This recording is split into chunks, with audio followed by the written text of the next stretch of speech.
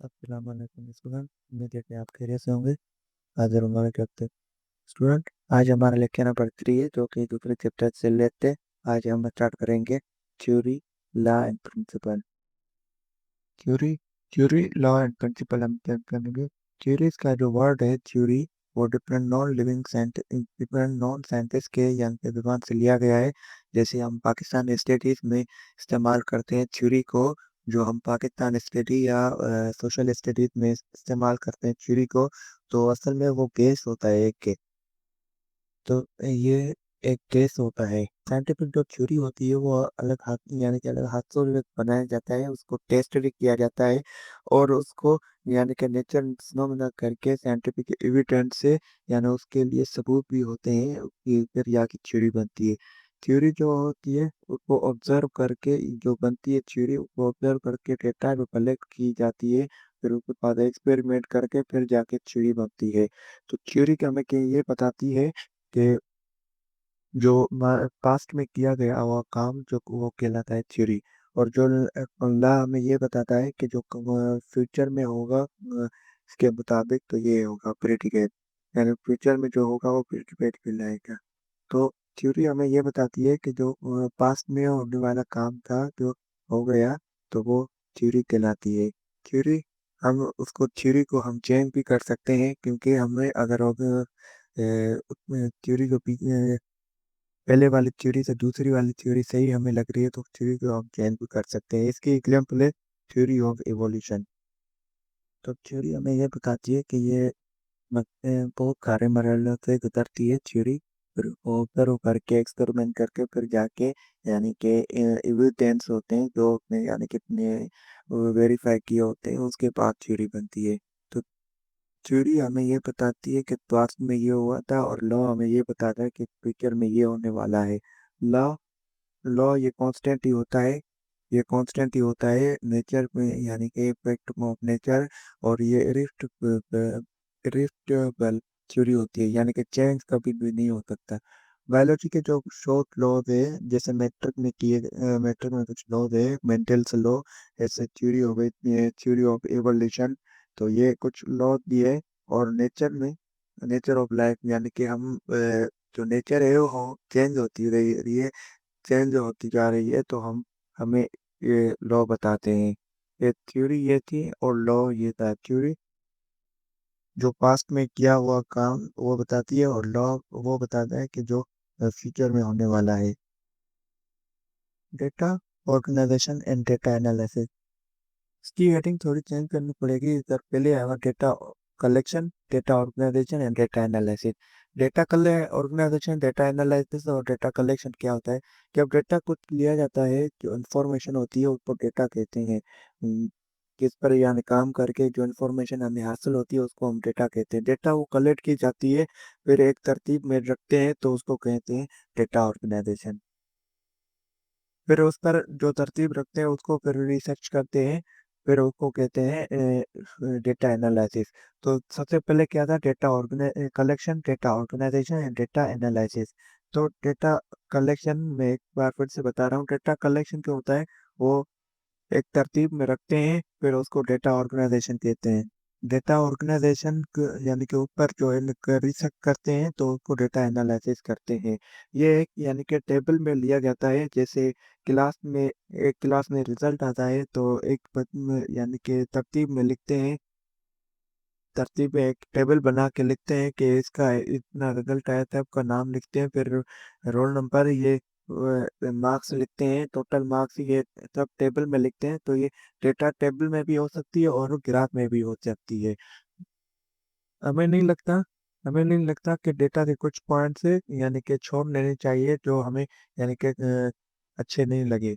यानी कि जो ऐसे नहीं करना चाहिए कि हमें जो डेटा के जो पॉइंट्स है वो अगर हमें अच्छे नहीं लगे तो हमें छोड़ना भी नहीं चाहिए, क्योंकि वो जो सपोर्ट जो डेटा के पॉइंट जो यानी कि नहीं होते, वो सपोर्ट करते हैं उस डिस्कवरीज को। ऐसे भी हुए हैं जो यानी कि साइंस में ऐसे भी हुआ है जो डेटा पूरी रॉन्ग की गई थी और डिस्कवरी भी उसमें से हुई थी। तो डेटा ये था, डेटा को कलेक्ट किया जाता है, फिर ऑर्गेनाइजेशन किया जाता है, फिर डेटा एनालिसिस। डेटा एक यानी कि इंफॉर्मेशन होती है जो हाइपोथेसिस करके फिर हाइपोथेसिस करके, हाइपोथेसिस फिर यानी एक्सपेरिमेंट करके फिर वो जो डेटा होती है फिर उसको कलेक्ट किया जाता है, फिर उसको यानी कि रिकॉर्ड किया जाता है उस डेटा को, और वो परफॉर्म करती है एक मैथमेटिक में एनालिसिस में। अब ये समझते हैं, जैसे कि एक एक बच्चा मोबाइल देख रहा है, और जो कुछ बच्चे मोबाइल देख रहे हैं और कुछ मोबाइल नहीं देख रहे। और तो जिन बच्चों का मोबाइल पर असर पड़ रहा है, और जो बच्चे मोबाइल नहीं देख रहे फिर भी उनकी आंखें खराब हो रही, तो इसको हम डेटा मैथमेटिकली एनालिसिस करेंगे। तो इसको हम, कुछ बच्चे हैं जो मोबाइल देख के भी उनकी आंखें खराब हो रही है, कुछ बच्चे हैं थे जो मोबाइल नहीं देख रहे फिर भी उनकी आंखें खराब है, तो उसको हम मैथमेटिकली एनालिसिस करेंगे। तो वो सपोर्ट करेगा योर हाइपोथेसिस को वो सपोर्ट करेगा। देखते हैं डेटा मैथमेटिकल एनालिसिस में भी।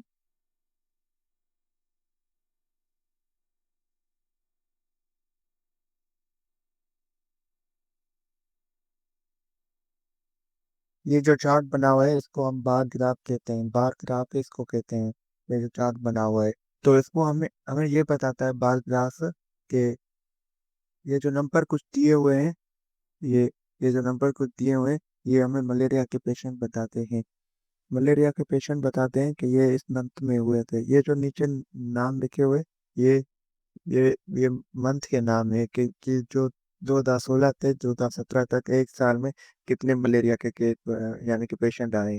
तो सबसे जो ज्यादा आए वो अक्टूबर के महीने में आए, और सबसे जो कम आए हैं वो अप्रैल के महीने में आए।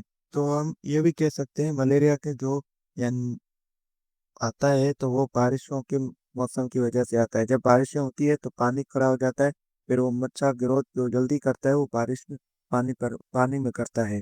तो अगस्त, जुलाई अगस्त में बारिशें होती है, फिर अगस्त में यानी कि मच्छर हो गए, फिर अक्टूबर में सबसे ज्यादा केस आए हैं। 6,000 के करीब अक्टूबर में केस आए हैं, और सितंबर में यानी कि 5,000 से भी ऊपर है। एक ये हो गया, एक होता है लैंड ग्राफ हमें ये बताता है कि ये लैंड से जाती है, यानी कि जैसे डॉलर का हमें बताता है कि डॉलर डॉलर ऊपर चला जाता है, कभी कभार ऊपर से फिर नीचे चला जाता है, तो ये लैंड ग्राफ कहलाता है। तो लैंड ग्राफ में ये बताता है कि ये ऊपर जाके फिर नीचे आ जाता है।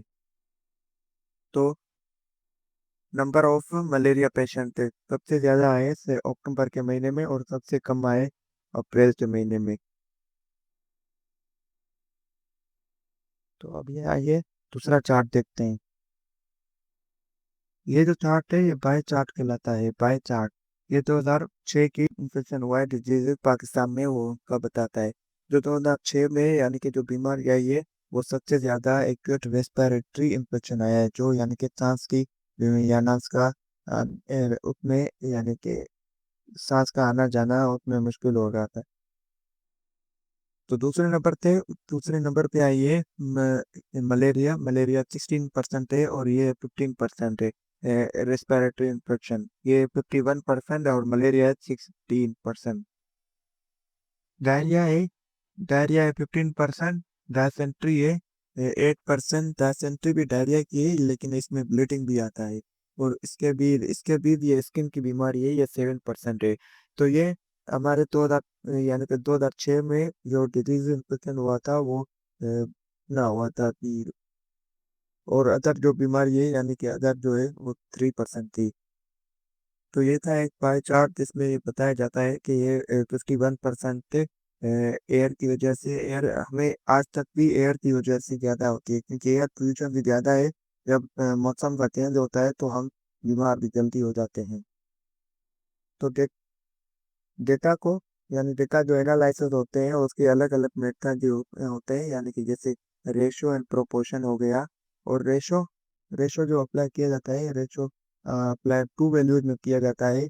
और ये वैल्यू जैसे कि एक फ्लावर, एक फोर पेड़ से पत्तियों को कहते हैं, जैसे चार पत्तियां 12 पेटल थे, तो 4 12। तो 4 1 4, 4 3 12। तो ये हो गया 1:3। तो ये रेशो बताता है कि जो दो वैल्यू को यानी कि दो वैल्यू का रेशो निकालना हो तो ऐसे निकलता है। यानी this ratio can also be expressed in equivalent fraction. और प्रोपोर्शन हमें यानी कि इक्वेशन को ये दो दो रेशियो को बराबर करने में एक प्रोपोर्शन कहलाता है। जैसे कि 4:12, तो 1:3 हो गया। तो दो वैल्यू को यानी कि दो रेशियो को इक्वल करके प्रोपोर्शन बनता है। तो ये था आज का हमारा लेक्चर। उम्मीद है कि आपको समझ में आया होगा। अगर कोई चीज़ समझ में नहीं आई तो आप कमेंट सेक्शन कर सकते हैं। Thanks for watching. अल्लाह हाफिज़। Thank you.